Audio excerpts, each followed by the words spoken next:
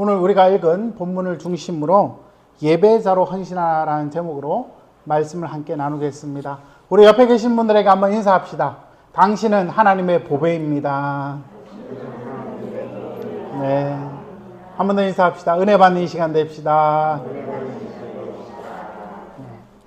오늘 말씀을 전하기 전에 그림 하나 보도록 하겠습니다. 자, 여러분 이 그림 많이 보셨죠?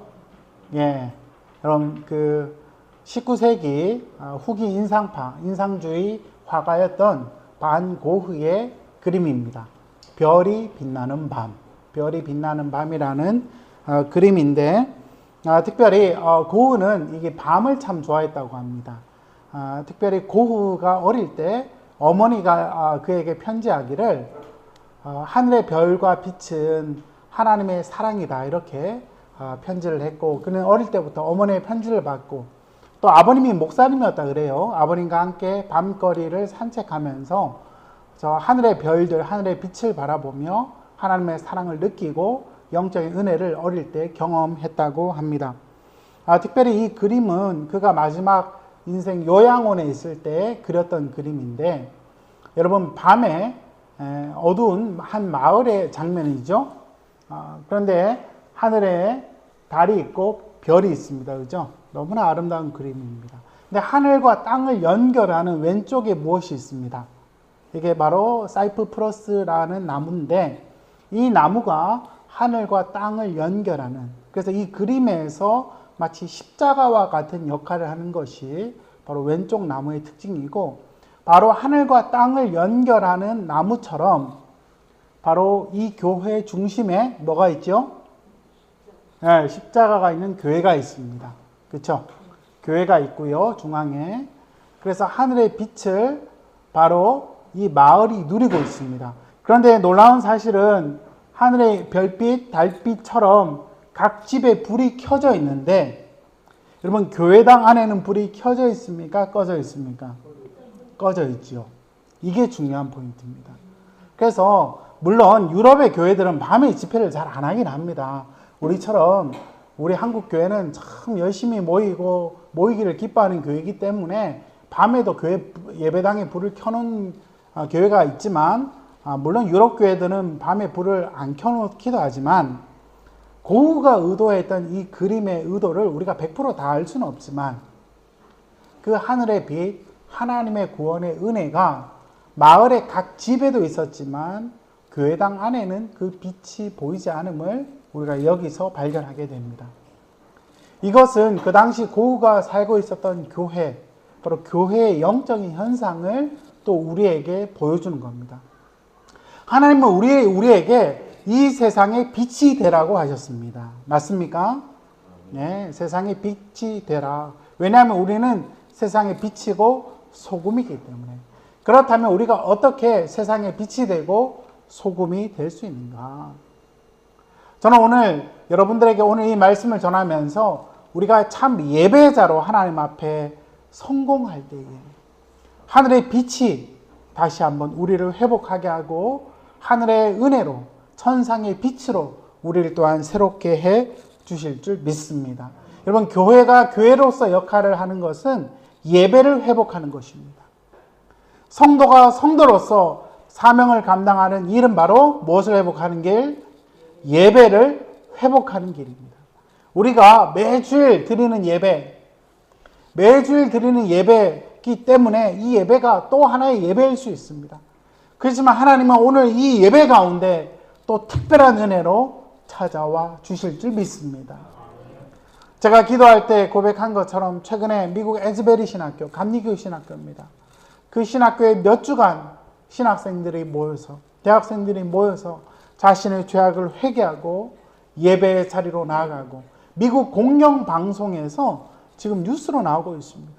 전 세계 많은 기독교인들에게 아름다운 소식을 전하고 있는데, 저는 바라기는 그 아름다운 부흥의 현장 또한 우리의 예배 가운데 경험하는 은혜가 있기를 간절히 소망합니다. 오늘 아브라함의 이 말씀, 읽은 말씀을 중심으로 예배자로 헌신하라. 여러분 예배에 관한 세 가지 주제로 함께 말씀을 나누겠습니다. 첫 번째, 예배는 하나님의 임재와 말씀에 대한 반응입니다. 여러분 주보 2면에 보시면 우리 설교 아웃라인이 나와 있습니다. 여러분 예배란 무엇이라고요? 하나님의 임재와 말씀에 대한 반응입니다. 우리는 지난주 아브라함이 드디어 가나안 땅, 하나님의 말씀을 쫓아서 가나안 땅에 도착했다는 말씀을 받았습니다. 여러분 아브라함은 하나님 말씀을 따라갔고 가나안 땅에 도착했는데 그는 드디어 세겜 땅에 이르게 되었습니다. 여러분 6절 말씀에 아브라함이 그 땅을 지나 세겜 땅 모래 상수리 나무에 이르니 그때 가나안 사람이 거주했다 되어 있습니다. 여러분 세겜은 어떤 땅입니까? 여러분 그림을 한번 보시면요. 여러분 그림을 보시면 여기가 바로 세겜입니다. 세겜인데 이 세겜은 여러분 왼쪽과 오른쪽에 언덕으로 되어 있습니다. 그렇죠? 예, 언덕. 이 언덕이 사람의 어깨, 건장한 남자의 어깨처럼 되어 있다 해서 이 세겜이라는 단어의 뜻은 어깨라는 뜻입니다. 어깨. 여러분 우리말로 어깨 하면 뭡니까? 예, 조직이나 조폭을 어깨라 그러잖아요. 그런데 이스라엘 민족에게 어깨 하면 어디라고요? 세겜이라는 땅입니다. 이 세겜이라는 땅은 여러분 이스라엘 북부에 있는 땅인데 바로 어깨와 같은 두 산이 유명합니다. 여러분 보기에 왼쪽 산에는 나무가 있고요. 오른쪽에는 황량합니다. 그죠? 바로 왼쪽 산이 무슨 산일까요? 바로 그리심산이죠. 그리심산. 그리고 오른쪽 산이 바로 에발산입니다. 한번 따라합시다. 그리심산, 에발산. 여러분 모세 시대 때 너희가 가나안 땅에 들어가면 그리심산에는 바로 나무가 있습니다. 하나님 말씀에 순종하면 저 나무들처럼 풍성한 삶을 살 것이다. 그렇지만 말씀에 불순종하면 오른쪽에 있는 에발산처럼 황무지와 같은 저주를 경험할 것이다. 그 말씀을 저기에서 그들이 아멘 아멘 여러분 복명복창을 했습니다. 바로 그 지역이 바로 이 지역이고 세겜은 바로 아브라함이 처음으로 도착한 지역입니다. 이 지역은요 너무나 아름다운 지역이고요. 광활한 평야가 있고 또 물이 많은 지역이고 여러분 그 사방으로 도로가 열려 있어서 여러분 이 세겜 땅을 정복하면 가나안 땅에 입성한다 할 정도로 세겜 땅은 이스라엘에서 아주 중요한 요충지입니다. 너무나 매력적인 장소이죠. 여러분 아브라함이 이 세겜에서 특별히 모래 상수리 나무에 이르렀다 말씀합니다. 모래. 예, 모래가 여러분 내일 모레 할 때 모래가 아니고요. 여기서 모래란 단어는 영어로 teacher, 선생이라는 뜻입니다. 선생. 가르치는 자. 여러분 이스라엘의 상수리 나무, 높은 나무가 흔하지 않은데 이 세겜에 가면 상수리 나무가 있었습니다.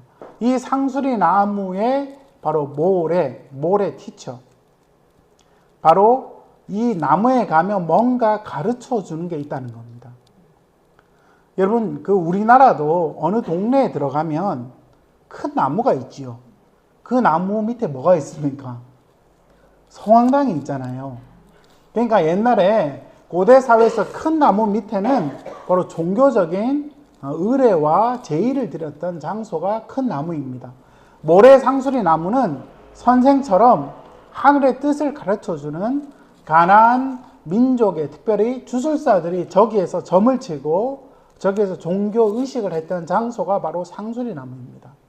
모래 상수리 나무에서 바로 아브라함이 도착을 하게 되었는데 바로 이 큰 나무가 하늘의 뜻을 받고 또 인간의 뜻을 하늘로 올리는 이런 어떤 연결하는 거죠. 아까 우리가 그 그림에서 본 것처럼 반고흐의 그림에서 본 것처럼 그런 의미가 있는 것처럼 고대 사회에서 이 나무가 너무나 중요했는데 이 모래 상수리 나무에서 우리 하나님이 나타나십니다.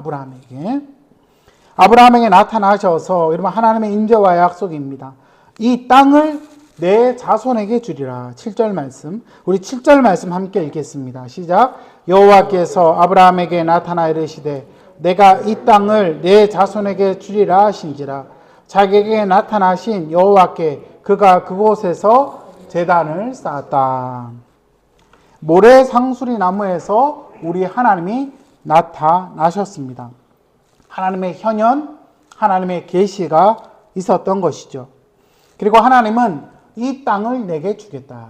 여러분, 우리가 지난주 살펴본 것처럼 아브라함에게 하나님께서 내가 너에게 보여준 땅으로 가라 했습니까? 보여줄 땅으로 가라 했습니까? 보여줄. 그러니까 아브라함은요, 땅이 어딘지를 모르고 일단 가고 보는 겁니다. 이런 걸 가르쳐 못 먹어도 고라 이렇게 이야기할 수 있습니다. 무조건 가고 보는 거예요. 그런데 하나님께서 모래 상수리 나무에서 임재하셔서 아브라함아, 이 땅을 내가 내게 주겠다. 하나님이 그렇게 말씀해 주신 것입니다. 아브라함이 그래서 어떻게 합니까? 여호와 하나님께 제단을 쌓습니다. 그 당시 가나안 주술사들이 쓰던 그 제단에서 예배한 게 아니죠.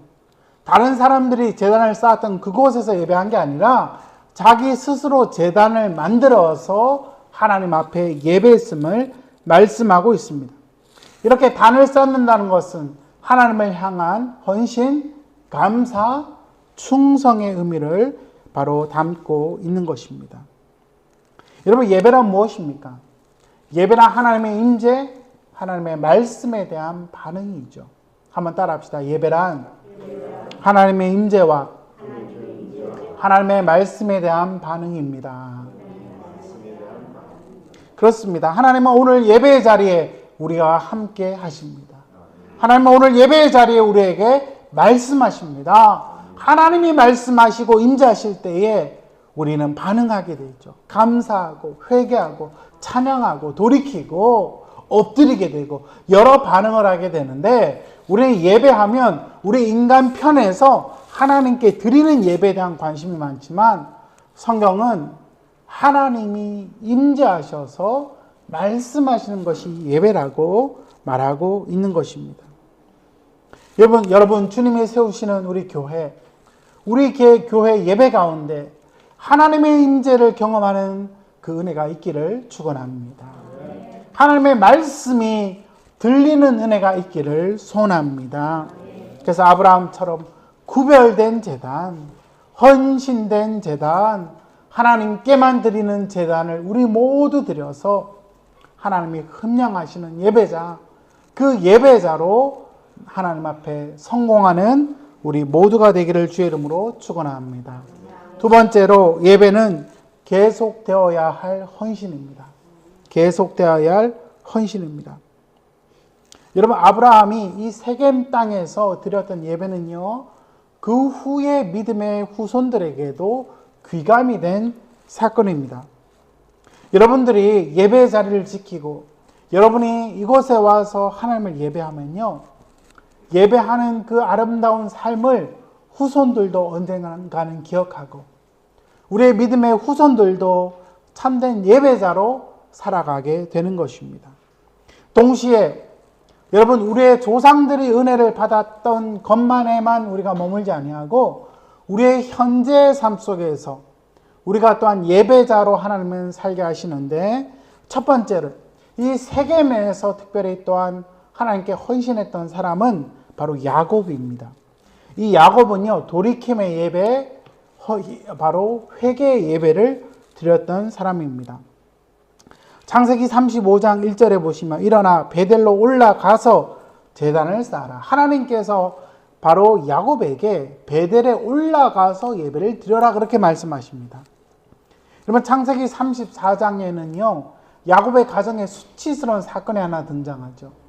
야곱의 귀한 딸 디나가 그 동네 여인들을 보러 구경 갔다가 아주 수치스러운 일을 당하게 됩니다.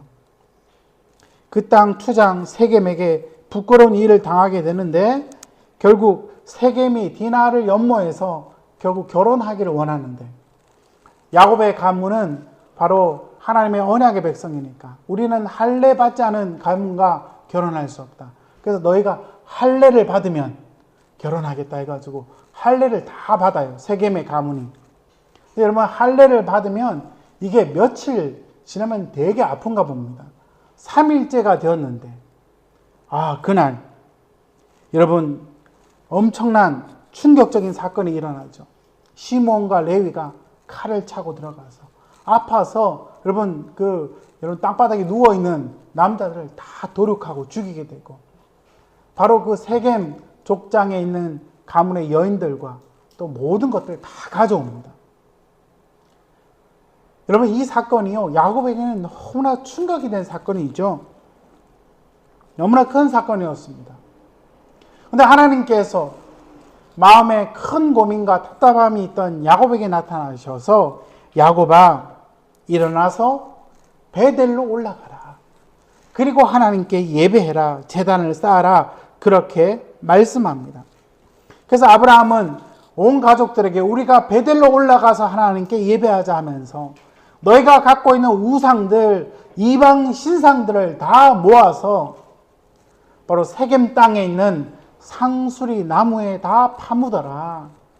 그래서 여러분, 야곱의 사건에도 이 세겜이 나오는데, 이 세겜은요, 바로 모든 우상을 파묻은 회개의 장소, 돌이킴의 장소가 바로 세겜이었습니다.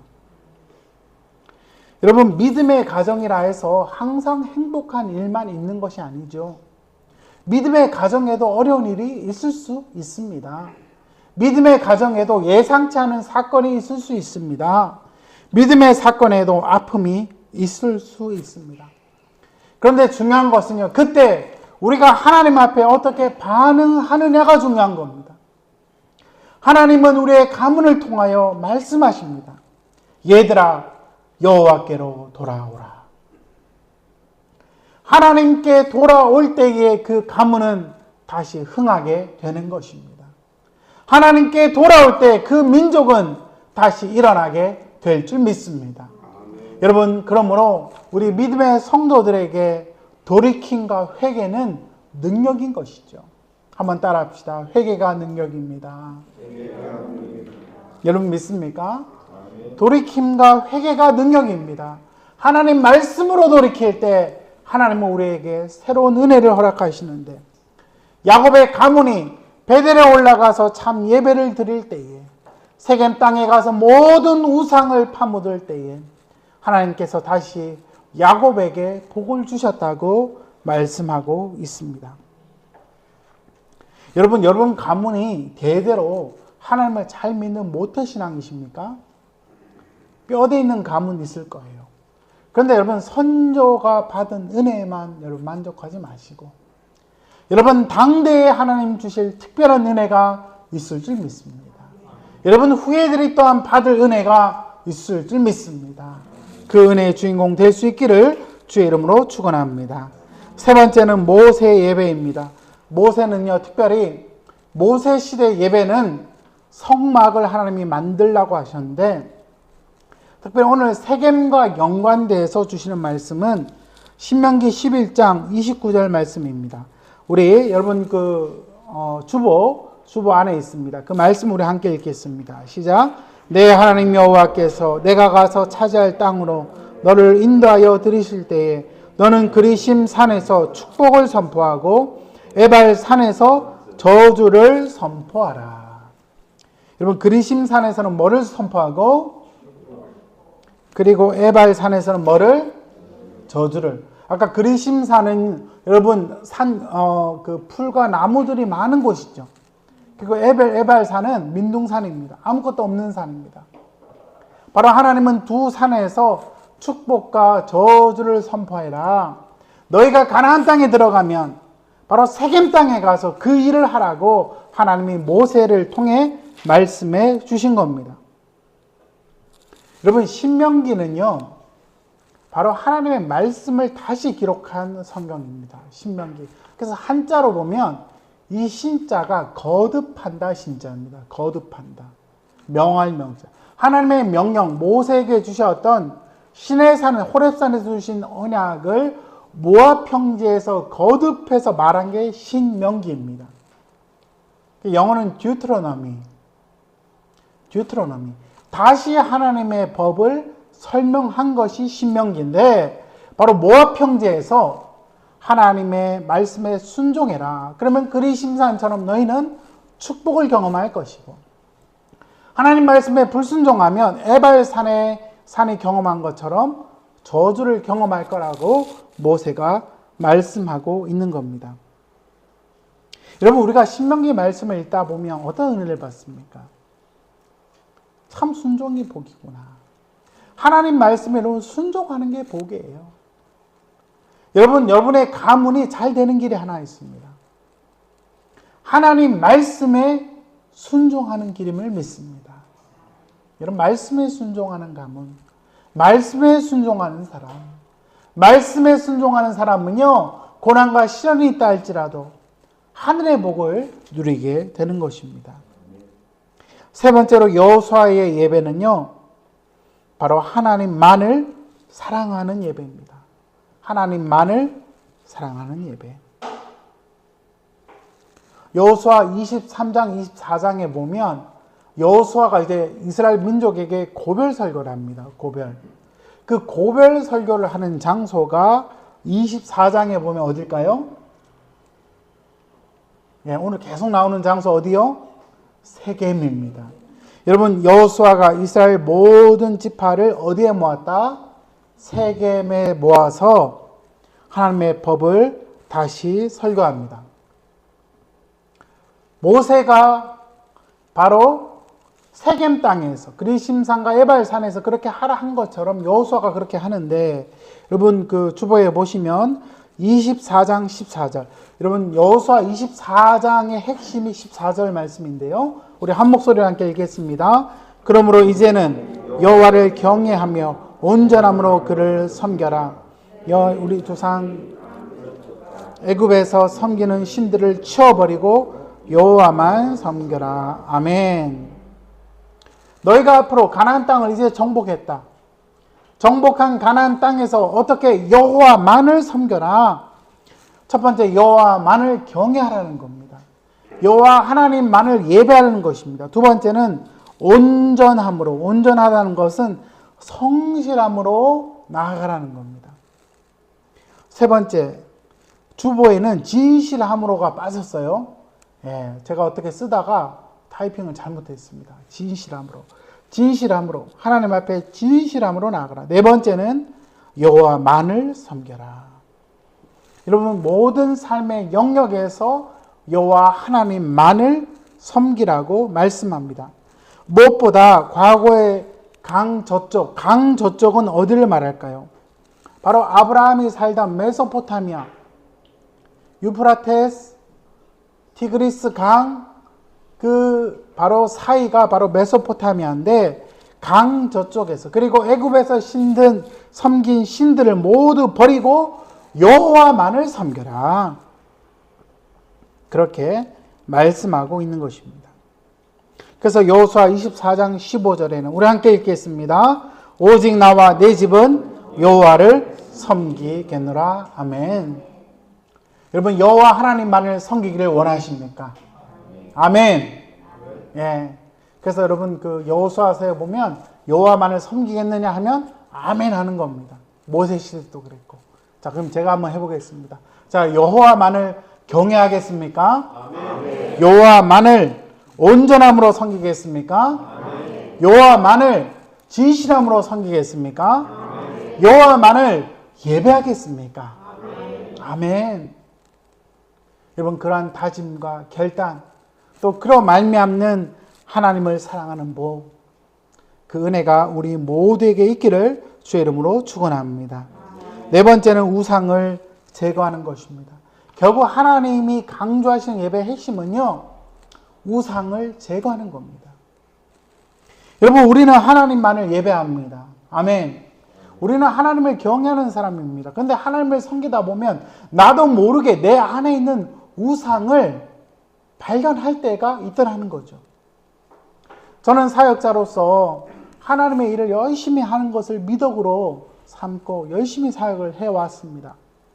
근데 어떨 때 보면 내가 열심히 하는 나 자신을 더 귀하게 생각할 때가 있더라고요. 네. 내가 하나님을 섬기는 게 핵심인데 열심히 하는 나를 보며 만족할 때가 있더라는 겁니다. 가장 거룩하신 하나님을 섬기는 일도 타락한 우리 인생에 하다 보면 그것이 나를 위한 헌신으로 바뀔 때가 있는 것이 우리의 모습인데, 그것이 바로 타락한 우리 죄인의 연약한 모습입니다. 우리는 여호와 하나님을 섬기다 보면요, 그렇게 하나님 앞에 우상을 발견할 때가 있습니다. 나도 모르는 우상, 내 안에 감추인 우상. 그러므로 우리가 예배할 때마다 그 모든 우상을 여호와 하나님 앞에 성령의 불로 태우는 은혜가 있기를 주의 이름으로 축원합니다. 팀 켈러 목사님이 쓴 책 중에 센터 처치라는 책이 있습니다. 센터 처치. 그 책에 보면 사람 안에 감춘 우상이 뭐냐. 여러분, 우리가 살다 보면 갑자기 화가 날 때가 있잖아요. 예. 근데 물론 거룩한 의분도 있습니다. 거룩한 화도 있습니다. 근데 그런 거 말고, 그런 좋은 거 말고요, 갑자기 화가 나는 그게 우상일 수 있다는 겁니다. 예. 누군가 나에게 불친절하게 했어요. 그러면 뭔가 저 사람이 실수했구나 이렇게 넘어갈 수 있잖아요. 근데 갑자기 내가 화가 너무 많이 나. 내가 너무 화가 나. 그러면 그 순간 나는 어떤 우상을 섬기고 있는 겁니까? 바로 나라는 우상을 섬기고 있는 거예요. 그래서 여러분들이, 저도 마찬가지지만 살아가면서 자꾸 화가 나는 어떤 지점이 있다면요, 그게 감추인 우상일 가능성이 큽니다. 믿음 생활하다 보면 하나님은 그런 감추인 우상을 드러내실 때가 있습니다. 여러분, 그러할 때에 내가 하나님 앞에 아직도 감춰진 우상이 있구나. 주여 성령의 불로 내 우상을 태워 주옵소서. 하나님만을 의지하고 신뢰하여 주옵소서. 그런 은혜가 있기를 주의 이름으로 축원합니다. 특별히 현대 자본주의 사회에서 우리는 열심히 일하고 끊임없는 생산을 미덕으로 하는 사회 속에 우리는 살아갑니다. 물론 성실하게 일하는 것 중요하죠. 일하기 싫으면 먹지도 말라 했기 때문에 열심히 일하는 거 중요합니다. 그런데요, 여러분, 쉼이 없는 노동은요, 그 자체가 뭐가 될 수 있다? 우상이 될 수 있습니다. 여러분, 주일날은 일을 하지 마세요. 주일날은 좀 내려놓고 쉴 수 있기를 주의 이름으로 축복합니다. 여러분, 히브리어로 사바트, 우리 주님이 세우시는 교회는 수준이 높기 때문에 매 시간에 헬라어 히브리어를 공부하잖아요. 이 안식이라는 단어가 사바트입니다. 한번 따라합시다. 사바트. 사바트. 이게 안식이라는 뜻인데, 안식이라는 단어는요, 스탑, 멈춘다는 의미도 갖고 있습니다. 그러니까 안식일은요, 뭐 하는 날입니까? 하던 일을 멈추는 날입니다. 끊임없는 생산, 끊임없는 추구, 끊임없는 열심. 여러분, 그게요, 내가 스스로 하나님이 되려고 하는 노력일 수도 있습니다. 그러므로 여러분, 주일날은요, 거룩하게 안식을 지키고 모든 것을 스탑하고, 가능하면 일주일에 한 번 어렵다면 한 달에 하루 정도는, 한 3시간 정도는 사람들과 말도 하지 말고 인터넷도 하지 말고 하나님만 한번 기도하며 묵상해 보세요. 아마 해보면 한 20분 만에 한계를 느낄 수 있습니다. 근데요, 한 3시간 정도 모든 걸 내려놓고 하나님만 한번 바라보십시오. 여러분, 모세 율법에서 안식일을 거룩히 지키라는 말씀이 계속 나오는 이유가 뭡니까? 너희가 애굽에서 바로가 끊임없이 노동하게 했잖아요. 그 모든 것을 내려놔라. 자본주의 사회 속에서 끊임없는 생산, 끊임없는 추구, 끊임없는 부의 추구, 이 모든 것을 내려놓아라. 여러분, 쉼이 있는 곳에 하나님의 임재가 있게 될 줄 믿습니다. 쉼이 있는 영성, 거기에 회복이 있게 되는 것입니다. 또 이런 말씀을 하면 그게 쉬어야 돼. 일주일에 며칠은 쉬어야 돼. 또 이런 분들은 나태의 영성, 나태의, 그죠? 나태의 우상을 지금 추구하는 것일 수도 있습니다. 예. 여러분, 엿새 동안은 힘써 일하라 했어요. 아멘? 예, 엿새 동안 힘써 일하라. 힘써 일하지만 그래서 노동의 영성. 따라합시다. 노동의 영성. 쉼의 영성. 노동과 쉼의 균형 있는 영성을 추구하는 것이 우리 현대 사회 속에 필요한 것입니다. 어떤 분들은 전화기를 놓지 않아요. 관계의 우상입니다. 관계의 우상. 관계도 때로 내려놓을 수 있기를 주의 이름으로 축복합니다. 우리 남자분들, 저도 그런데 이 일 중독이 많아요. 일 중독. 워크홀릭. 내려놓을 수 있기를 주의 이름으로 축복합니다. 내려놓으면요, 하나님이 일하시는 것입니다. 마지막으로 예배는요, 영과 진리, 성령과 진리로 드리는 예배인 것입니다. 여러분, 하나님께 드리는 예배는 영과 진리로 드리는 예배다. 예수님께서 요한복음 4장 24절에 말씀했습니다.